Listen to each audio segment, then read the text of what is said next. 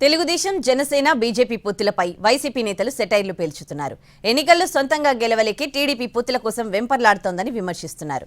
రాజకీయాల్లో సీనియర్ అనే చెప్పుకునే చంద్రబాబుకు ఢిల్లీలో పడిగాపులు తప్పడం లేదంటున్నారు. ఆంధ్రప్రదేశ్లో అసెంబ్లీ ఎన్నికల వేళ పొత్తు పాలిటిక్స్ జోరుగా నడుస్తున్నాయి. బీజేపీతో టీడీపీ జనసేన పొత్తు పెట్టుకోవడంపై వైసీపీ నేతలు వ్యంగ్యాస్త్రాలు సంధిస్తున్నారు. బీజేపీతో పొత్తు కోసం చంద్రబాబు వెంపర్లాడుతున్నారని ప్రభుత్వ సలహాదారు సజ్జల రామకృష్ణారెడ్డి విమర్శించారు. అమిత్ షా అపాయింట్మెంట్ కోసం ఢిల్లీలో చంద్రబాబుకు పడిగాపులు తప్పడం లేదన్నారు. ఓవైపు బీజేపీతో పొత్తు అంటూనే మరోవైపు కాంగ్రెస్ను కంట్రోల్లో ఉంచుకుంటున్నారని విమర్శించారు. బాబు పొత్తుల ప్రయత్నంతోనే వైసీపీ బలం ఏమిటో తెలుస్తుందన్నారు సజ్జల. ఇంకా వెంటిలేటర్ మీద ఉన్నవాడు ఎట్లయితే ఇదవుతుంటాడో, లేదా దింపుడు కళ్ళ వ్యాస్ అంటారు ఇంకా ఫైనల్గా, ఆ దీంతో చేసే ప్రయత్నము, చేయని ప్రయత్నం అంటూ లేదు, చేసే ప్రయత్నం కాదు, చేయని ప్రయత్నం అంటూ లేదు.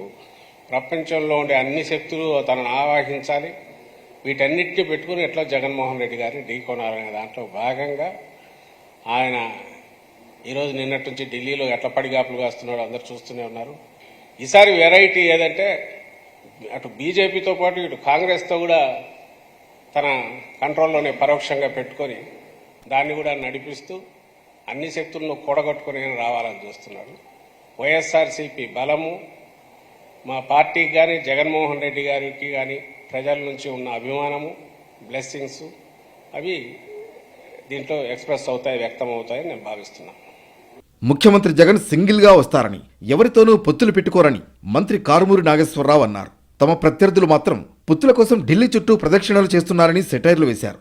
ఎంతమంది కలిసొచ్చినా వైసీపీని ఓడించలేరని ధీమా వ్యక్తం చేశారు. సింహం సింగిల్గా వస్తుంది, జగన్మోహన్ రెడ్డి గారు సింగిల్గా వస్తారు, ఏ పొత్తులు పెట్టుకోరని చెప్పి వాళ్లే పొత్తుల కోసం ఎంపర్లాడుతూ ఢిల్లీ చుట్టూ ప్రదక్షిణలు చేస్తూ కాళ్ల బేరాలన్నీ ఆడుతూ ఈ రోజున వాళ్ళ పొత్తులు కుదుర్చుకునే కార్యక్రమంలో ఉన్నారు.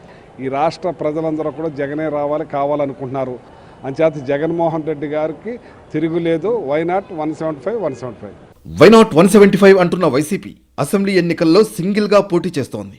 75 అసెంబ్లీ స్థానాలకు 23 పార్లమెంట్ స్థానాలకు సమన్వయకర్తలను ప్రకటించింది.